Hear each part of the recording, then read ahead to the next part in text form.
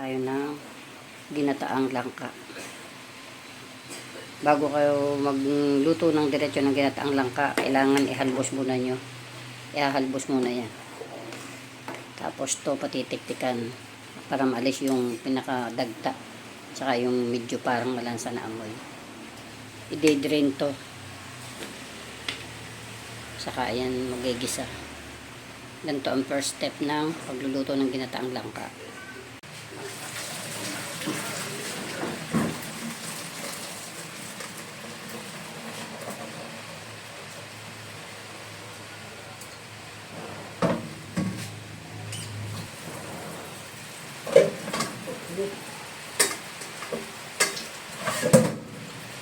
Sandali natin siya para mawala yung amoy niya.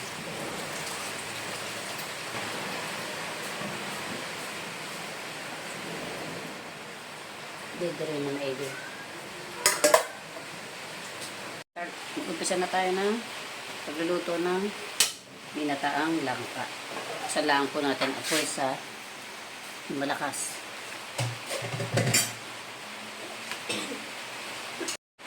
Guys, start na tayo ng pagluluto ng ginataang langka. Ito po ang ating mga ingredients. Bawang, sibuyas, siling green, pampasarap at siling mahanghang, siling labuyo kung sa din sa Batanggenyo. Una, painitin natin ang kawali sa malakas na apoy.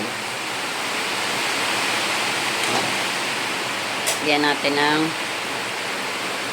oil. Konti lang, konti.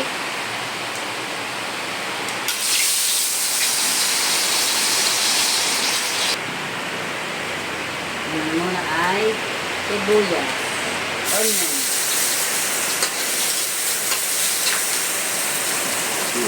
Ay!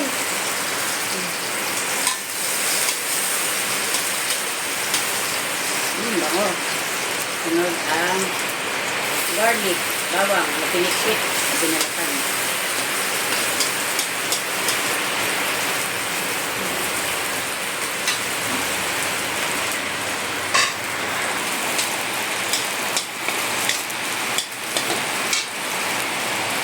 Ang lakas ng ulan.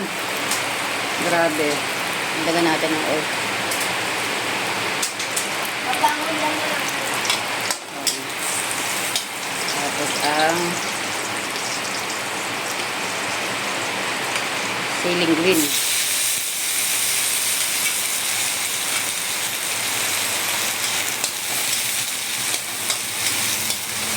Nako, nakalimutan ko pa ang paminta.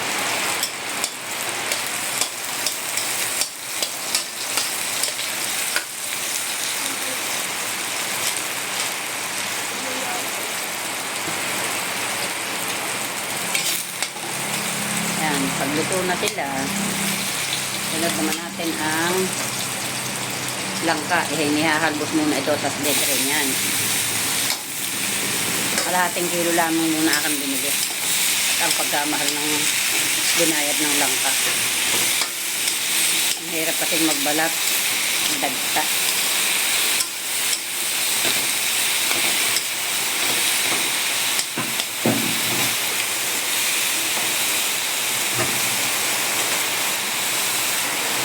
Tapos lagyan natin siya ng pangkalasa. Sin. Ito oh. Oo. Ito oh. Ano lahat? Lahat? Oo. Ito kayo oh. Oo. Lagay mo na yung paminta. Lulubong at aking haluin. Sarap. Kailangan gisang-gisa ito. Ilagay mo na lahat ng paminta. Sarap kasi maano. Maraming paminta.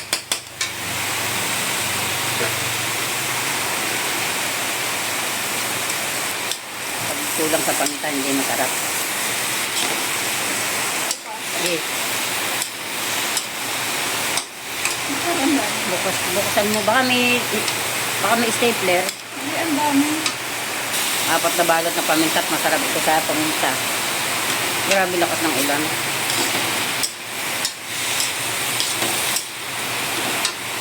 Lagay na po natin ang Lahat na? gata. Bigla mo na. Okay. Tapos yan, lagyan mo na isang puno dyan. Gusto ko maraming sabaw. Pinagata. Dyan na muna. Dyan na muna mamaya. Gagata ko muna sa dyan. Kaya ano, kailangan maluto sa gata.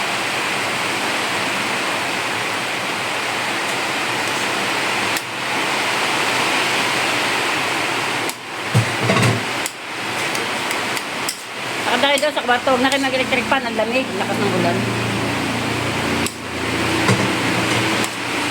Sarap.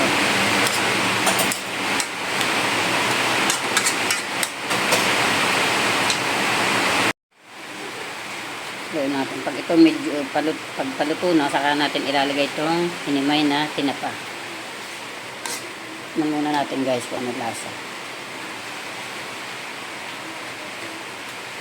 Sarap. Talagyan natin siya nito. Siling. Napakaanghang. Lagyan natin na siya ng dalawa. Siling. Labuyo. Anghang.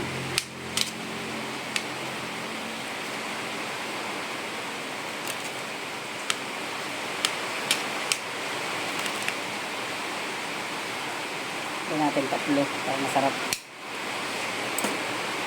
Total naman may bagyo sa ginaw na aray. Kailangan natin ang maanghang.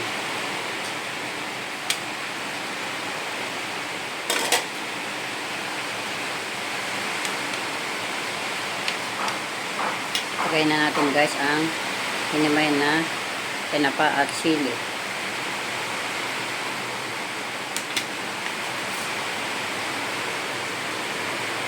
Hindi natin sasabawan ng madami at hindi masarap. Kailangan malapot.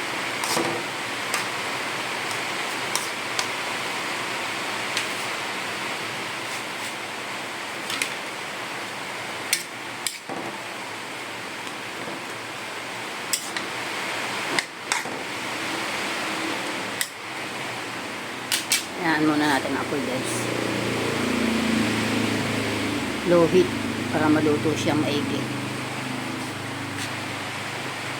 Takpan muna natin siya. Pagluto na saka natin lalagyan ng kaunting suka. Guys, okay na siya. Luto na siya.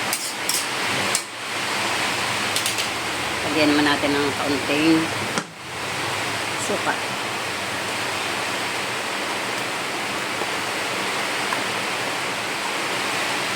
Hindi yan hahaluin. Kasi aasim ng yung parang asim pilaw. Takpan natin. Takpan natin guys.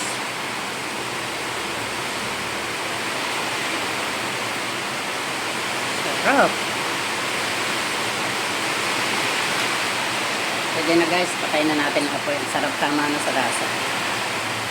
Ganito lang ang madaling pagluluto ng ginataang langka. Tapos malapot. Sarap.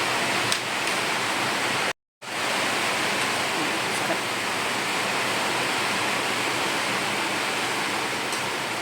Sarap ng ginataang langka. Sa ganaring malamig na panahon. Bago ang anghang. 5 sili. Sarap. Guys, patay na natin. Maiiga sa baw. Guys, ng pritong tilapia. Init muna natin to. Prito ko kagabi ng madaming tilapia. Iinit na lang pag ganito umaga. Ito ang ating isosopat sa ginataang langka. Sarap to guys.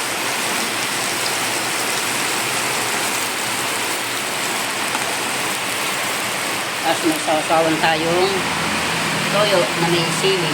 Sarap.